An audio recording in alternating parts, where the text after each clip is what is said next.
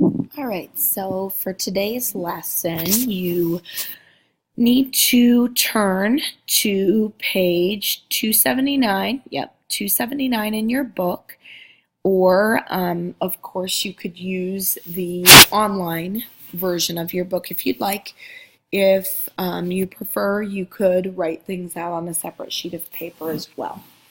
So, today we're starting to put everything that we've learned about polynomials together. We're really only going to have one tiny little piece of new information, but we're kind of going to gather that together with some of the old information in order to start being able to graph polynomials by hand. Now today, we're only going to do part of the graphs by hand, and once I'm finished with the examples, I'll go through and look at the homework problems and write out next to each problem the specifics of what needs to have work and what you can do in your calculator. So polynomials, we know, and we've already talked about this, that they're continuous functions, meaning that their graphs don't have any gaps or breaks. Their graphs are smooth, unbroken curves, no sharp turns. So there shouldn't be any mountain-looking things, just hills. So, we flow freely from one part to the other. There's no jaggedness, like this. There's no gaps, where, you have something like this, or, and there's a gap between. Nothing like that on polynomial functions. So the main thing that's going to be new today is this sentence right here. So underline it, star it, highlight it, whatever it is you prefer to do, because this is super important. Graphs of polynomial functions with degree n have n zeros. The real zeros are your x-intercepts. They also have at most n minus 1 relative extrema. We've already talked about this vocabulary word, but they've got the definitions over here. Extrema are the maxima and minima. We call them a relative extrema when it is just the max or the min for a certain area. So in this rough sketch that I drew up here, this right here would be a relative max. It's not the absolute max because all these points over here are higher than that, but it is the maximum of that area. Same thing with this. This is a relative min because it's the bottom of a valley. Even though these points are lower, this is the minimum of that area. So again, keeping in mind, that a relative max in layman's terms is kind of like the top of any hill. And a relative min is the bottom of a valley. Doesn't have to be the lowest valley, but if there's a valley, there's a relative min at the bottom. Together, those two things make up the relative extrema. So this part right here is necessary information to what they had at the very front of this lesson, which is very valuable. So we're going to go back and look at that now, but I wanted to make sure you had this information first. So if the degree is n, there are at most n minus 1 relative extrema. So that means that if it's degree 4, that means that there have to be less than or equal to 3 relative extrema. And the reason why I put less than or equal to is because it says at most. So there could be 3, but there could be less than that. There cannot be more than 3. So if you're told that something is degree 4 and it has 4 relative extrema, then you know that can't be correct because degree 4 can have at most 3. Okay, Now we're going to turn back 2 pages to page 277. And with that information, we can now do this exercise, which is really, really good at just making sure very quickly that you understand how to identify those key parts without looking at a calculator. So what you want to do is you want to look at each of these equations and you want to find which graph goes with it. It says write the equation under the graph, but it would be a lot less writing to just write the letter of the appropriate graph next to each equation. So things you want to consider.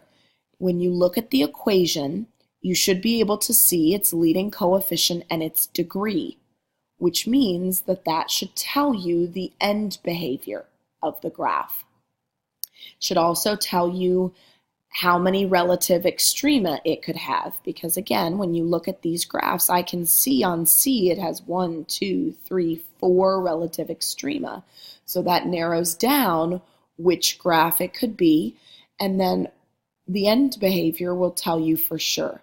So just based on end behavior and number of relative extrema, you should be able to look at and match each of these graphs to one of these equations. So what I'd like for you to do is go ahead and pause the video and go through and just assign each of these equations a letter. So it shouldn't take you much more than 2 minutes or so, but go ahead and do that. Pause the video while you're doing it. When you're done, come back so that way we can check your answers.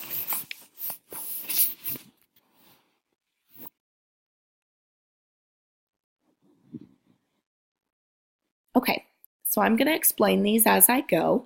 The first equation, it has a negative leading coefficient and an odd degree. So if I'm thinking about my dance moves, negative leading coefficient and an odd degree looks like this on the ends. So I know that my ends need to look like this because a negative leading coefficient and an odd degree. I also know that because it's degree 3 that there have to be less than or equal to 2 relative extrema. So I look for end behavior that has that. So correct end behavior, I see D and F. But I can rule out F because it has more than 2 relative extrema. So that means that I can say that this first equation, I should probably use lowercase letters since that's what they use down there, is graph D. All right, next one. Very similar to the first one, except that it now has a positive leading coefficient. So switching the leading coefficient switches the end behavior to the exact opposite. So my end behavior should look like this. I still should have less than or equal to 2 relative extrema. So then the only graph that meets that is graph A. So if we're crossing these off as we go, we've got both of these taken care of. Next equation. I have a negative leading coefficient and an even degree. Negative leading coefficient and even degree, our arms look like this in our dance move because it's going down on both sides. Because the degree is 4, that means there's less than or equal to 3 relative extrema. So down on both sides. Actually, there's only one choice that has the correct end behavior, and when I confirm, it does have 1, 2, 3 relative extrema, which meets the categories. So this one should be graph B. The next one is almost the same as the one above, but again, we've changed some of the signs there. Because it's a positive leading coefficient and even degree, that means it should go up on both sides. Also has less than or equal to 3 relative extrema, but I don't really even need that because only one of them goes up on both sides. So this is graph E. So we're almost there. Next one can have up to 4 relative extrema because it has a negative leading coefficient and an odd degree. It should have the same end behavior as what we saw in the first equation. Should look like this. And the only one that is left that meets those criteria is graph F. So then by process of elimination, we would say this has to be graph C, but we look at it to confirm. Positive leading coefficient, odd degree should look like this, which it does. Degree 5 means 4 or less relative extrema, 1, 2, 3, 4, and it meets the criteria. Okay, so part of what you need to be able to do now without a graphing calculator is fill in what end behavior should look like on a graph and know the maximum number of relative extrema. The next thing that we're talking about, again, isn't new material. We're just using it now in a different way. So what it asks us to do is to look at some polynomials that are given in both factored form and in standard form. It says up in this paragraph that each form provides useful clues about how the graph will be behaved. So what we're going to do is we're not going to do all of these, but we are going to identify the information that's revealed by the unfactored version. So that means the standard form compared to the factored. So and like I said, we're not going to look at all of them. We're going to start with part B here on these ones. And when I look at B, my standard form, which is x squared minus 9, should tell me a couple things. So the unfactored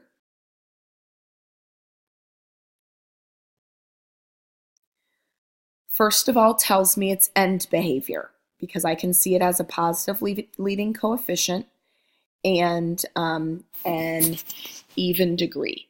So that means that when I write out the end behavior, it's going to go up on both sides. Now, we are in our homework going to write out the actual end behavior because it's not matching. You know, over here, I didn't write it out in arrow notation because we just needed to be able to match. But here we're writing out the information that we get. So from the unfactored, we get that as x approaches negative infinity, g of x approaches infinity because it's going to go up on both sides. And as x approaches infinity, g of x approaches infinity. Remember that I did teach you the shortcut for arrow notation when the two behaviors are the same. You don't have to use it, fine to write it like this, but if you know and remember the shortcut, you are allowed to use it there. The other thing that I can see from the unfactored version is that the Y-intercept is at -9 because we spent time when we first studied polynomials talking about how the Y-intercept is just wherever your constant is. So the unfactored form also, in addition to the end behavior, gives us the Y-intercept, which would be at 0, -9.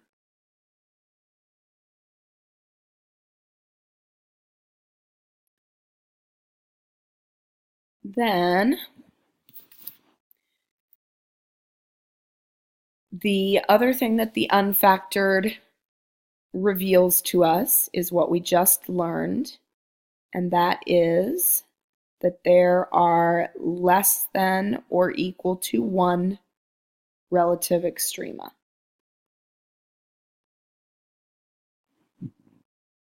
Okay, so now we're going to look at the factored form. So factored form, they factored it for you, is x plus 3 times x minus 3. Now we just spent a lot of time factoring and solving, factoring and solving. You had that entire worksheet of factoring and solving. So when I do this, that means I should be able to solve those for x. And remember that when I solve those for x, those are my zeros, which real zeros become the x-intercepts. So the factored form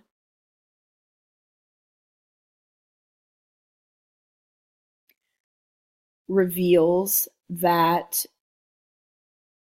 if x plus 3 equals 0 and x minus 3 equals 0, that x equals negative 3, x equals 3. So that means that I have x-intercepts at negative 3, 0 and 3, 0.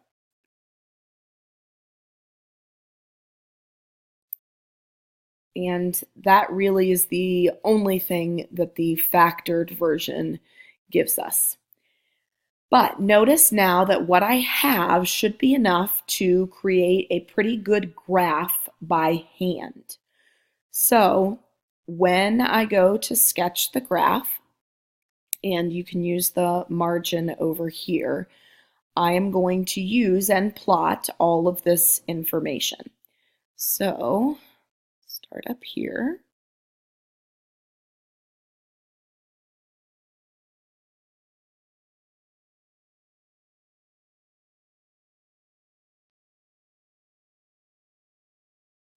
And I need to look at the points I need to plot first before I pick a scale. On axis, it's just 3 and negative 3, so counting by ones should be fine on the x-axis. On the y-axis, I have a y-intercept at 0, negative 9. So that means that I need to count by something other than ones. So let's see, 2, 4, 6, 8, 10. Counting by twos would definitely do it, so I'll mark this as a 2 and a negative 2. You don't have to mark it if you're counting by ones. So I know some of you like to, if you label one axis, label the other, which you can, but you don't have to. So now I'm going to go ahead and plot all those points. So I've got negative 3, 0, positive 3, 0, 2, 4, 6, 8, and 0, negative 9. Now, when I go to connect the points, first thing I need to do is look at the end behavior. This says infinity on both ends. What that means graph-wise is that after the last x-intercepts, it heads toward its end behavior. So after this guy, it has to go up. After this guy, it has to go up. I also know that it has less than or equal to 1 relative extrema. So meaning this is going to create a valley between, and it has to be the only one. So you should have already known this just from everything we did in Unit 2, but this is a parabola. It's x squared minus 9. And then that completes our graph.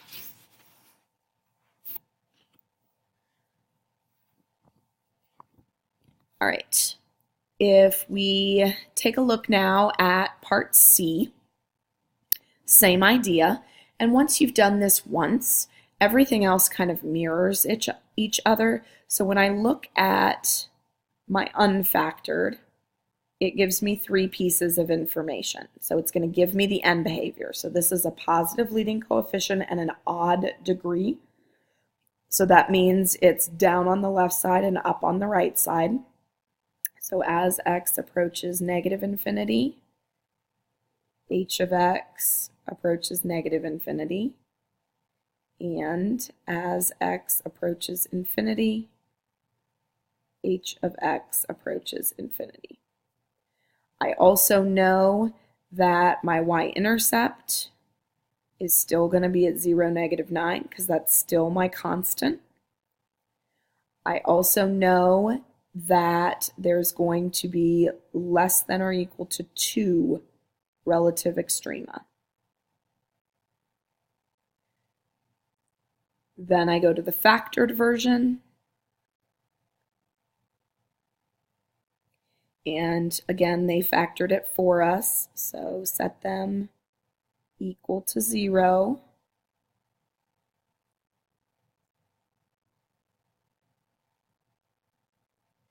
And so here I get x equals -3, x equals 3, and x equals -1.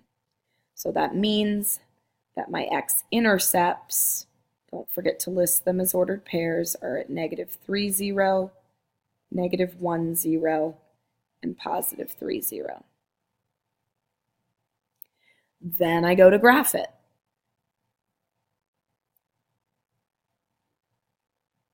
Whoa, that's not a very good connection. Sorry about that. I'm going to make it go a little higher so I don't have to use that part.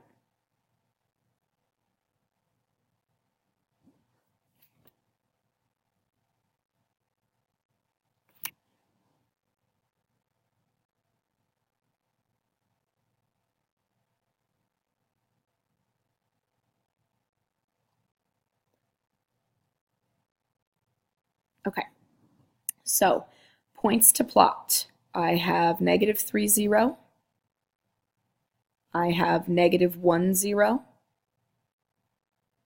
And I have +3, 0. Then y-intercept, I have 0, -9. Oops, I should have marked a scale again. So counting by 2's again. So 2, 4, 6, 8, 9. All right, now those 4 points, we need to be able to create our graph from this. Again, like I said on the previous example, your end behavior happens after the ends of the x-intercepts. So this says that on the left side it's going to go down. So after the leftmost x-intercept, it's going to go down. After the rightmost intercept, it's going to go up. Now, I know that it can have at most 2 relative extrema. I know that these are smooth, unbroken curves. There's no way to get to this x-intercept without having a hill. So I know for sure, I might not know how high it goes, but I do know for sure that there has to be a hill here. Likewise, I have to go through this, and the only way to do that is to create a valley. Again, I don't know where the bottom of the valley is, but I do know that there has to be one. And so this becomes the sketch that we can create currently by hand.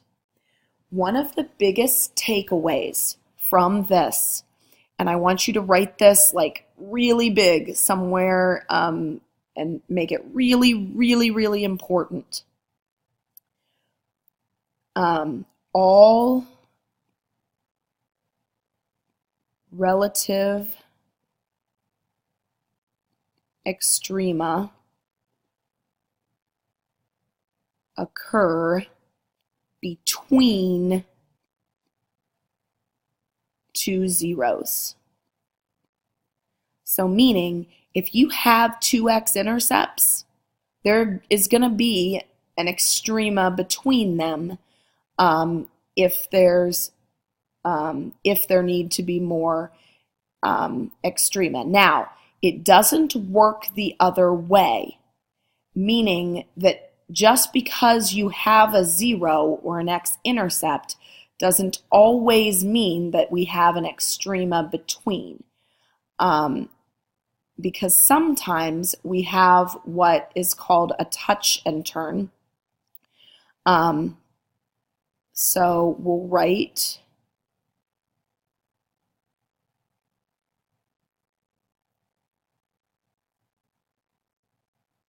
zeros that are a double root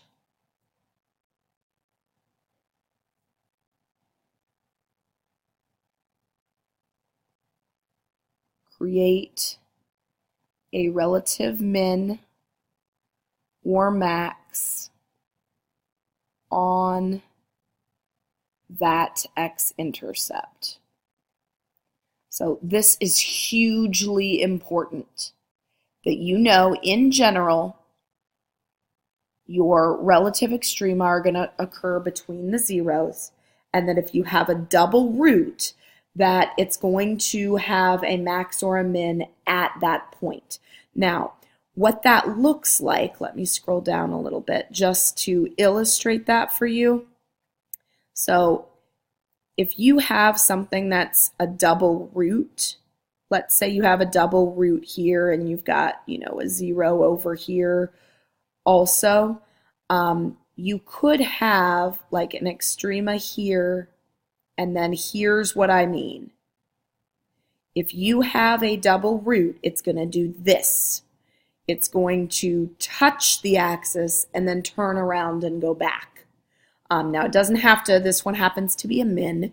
It could be a max as well, but it just means that you're going to have a min or a max on that x-intercept. So it's going to touch there and then turn back around. So super important that you understand that. All right, so the last thing that we need to do is we need to talk about what you're going to do in graphs for the homework. So these two problems showed you what you can get from the unfactored and what you can get from the factored version. And I mentioned over here that we couldn't tell where the relative extrema were just based on the equation, either factored or unfactored. So the last missing piece of the puzzle is those relative extrema, which we are going to have to be able to find with our calculator. So 7 through 10 is really just all one problem.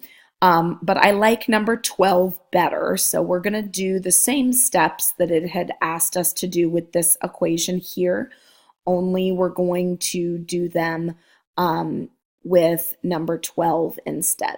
So the directions on 12 just say sketch a graph. So this is going to be really important. In your homework, that means that you need to do everything we just did in the previous example. So you need to find the x-intercepts and the y-intercepts, list the end behavior, showing, because they don't give us the factored form, we have to factor it ourselves. So we're going to find all of those things, and then we additionally are going to find the relative extrema. So you need to write out end behavior,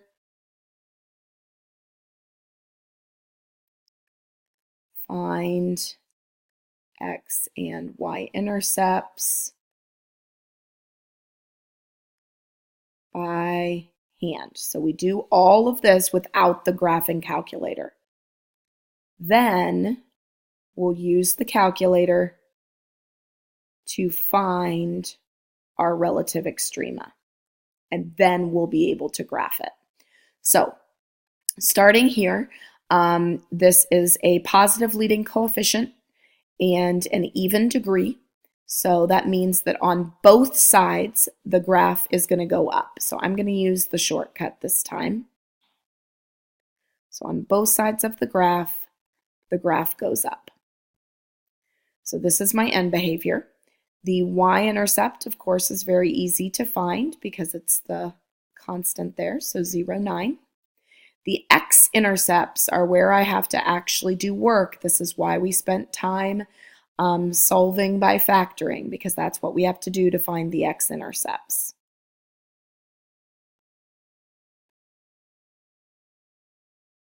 Okay, so when I look at this, I see that it is no GCF. Special products, I check it for PST because these both have perfect square roots, x squared and 3. But the middle term is not double 3x squared. The middle term would have to be 6x squared for this to be a PST. So it's not a special product. So that means I need to move on to chart factoring. The leading coefficient here is 1, so that means this would be the easy type of chart factoring. So what multiplies to 9 and adds to -10. So factors of 9, they both have to be negative because this is negative. So -1, -9, -3, -3. The ones that actually add to -10 are these ones. So that means when I go to factor it, it's going to be x squared minus 1 times x squared minus 9. Once I've factored, I then need to check to see if they factor further. These are both quadratic, so I do look at them. They're both binomials, so that means I just need to check GCF and special products. There is no GCF in either of them. This is definitely a special product. It's a difference of squares, so that's x plus 1 times x minus 1. X squared minus 9 is actually also a difference of squares. And so now I have my fully factored version, which tells me that if x plus 1 equals 0, then that means x equals -1. This means x equals 1, x equals -3, and x equals 3. So my x-intercepts are at -3, 0, -1, 0, 1, 0, and 3, 0. Okay, so I did end behavior, x and y-intercepts by hand. Then I need to use my calculator to find the relative extrema. So you need to get out your calculator. So here's mine. And we type in the equation. Doesn't matter whether you type it in the standard form or the factored form, but I usually do the standard form. I think it's quicker. Plus, if you made a mistake in the factoring, you'd be able to not have that affect your answer here. I have no idea what window I'm currently using, so I'm going to press Zoom 6 to start with a standard window. Okay, so on here I can see the correct end behavior going up on both ends. I do see those 4 x-intercepts that we talked about. What I can't see, I know that there have to be relative extrema down there, and I can't see those. So that means I need to adjust my y minimum so I can see more of the bottom. I'm also going to adjust my x's just to make it a little bit bigger. I'm going to go from -5 to 5 just because I don't need to go from -10 to 10. So the y minimum is what had to be adjusted. So I'm going to change that to -20 and see if that helps, if we can see the bottoms. Oh, there we go. So now we can see everything that we need. Relative extrema, you should already know how to find. These two are minimums. This guy is a maximum. So do second trace, choice 3 for minimum.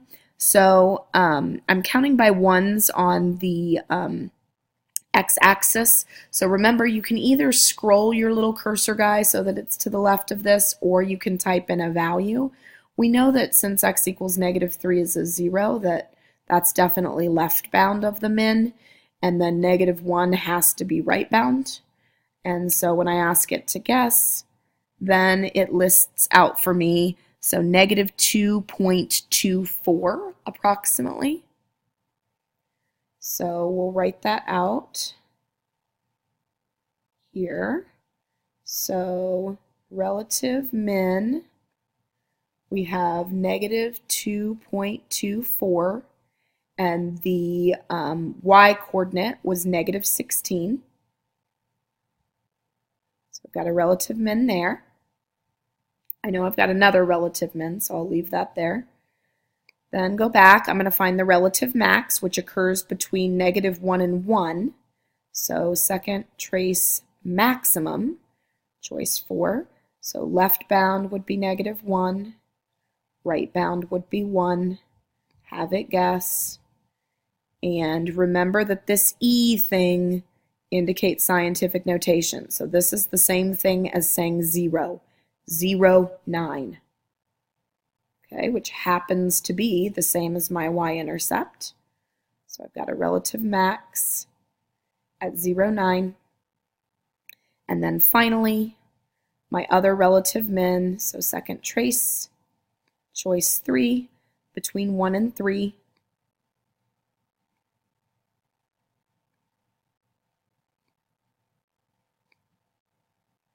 And it's 2.24, negative 16, which should make sense because the graph looks symmetric, and so it makes sense that those line up with each other. All right, and so then all I have to do is create my accurate graph using all of those.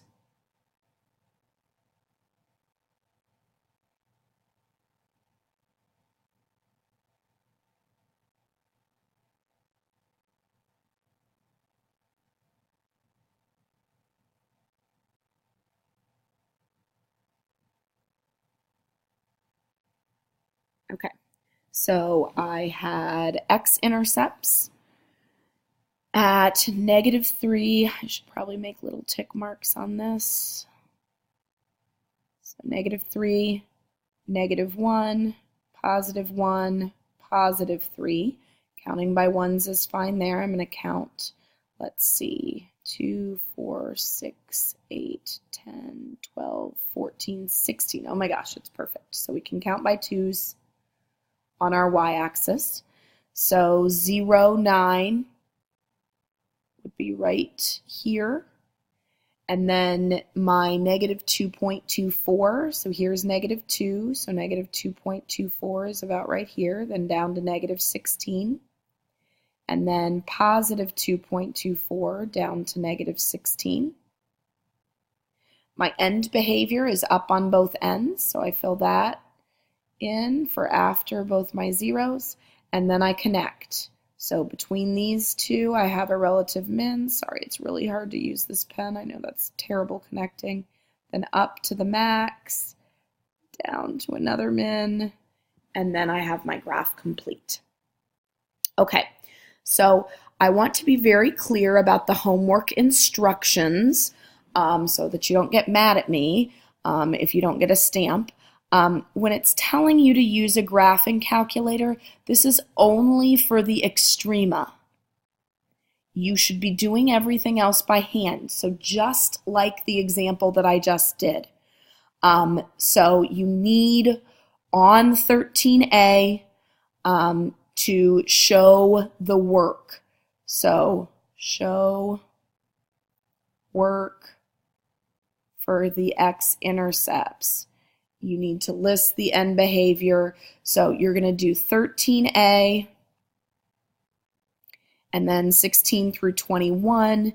So the 13A, 17, and 18 do just like number 12, meaning you're going to list out all the same things that I did in number 12. So those three are practice of this.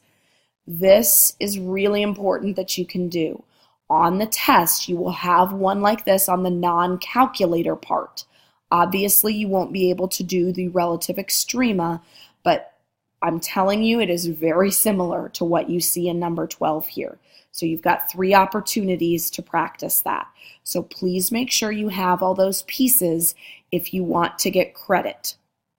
The rest of them, 19 and 20 are really just part of 18. So once you've done that, you have those answers. The other ones are just kind of answering questions. But those are the 3 that are the big practice there. All right, that's all I got.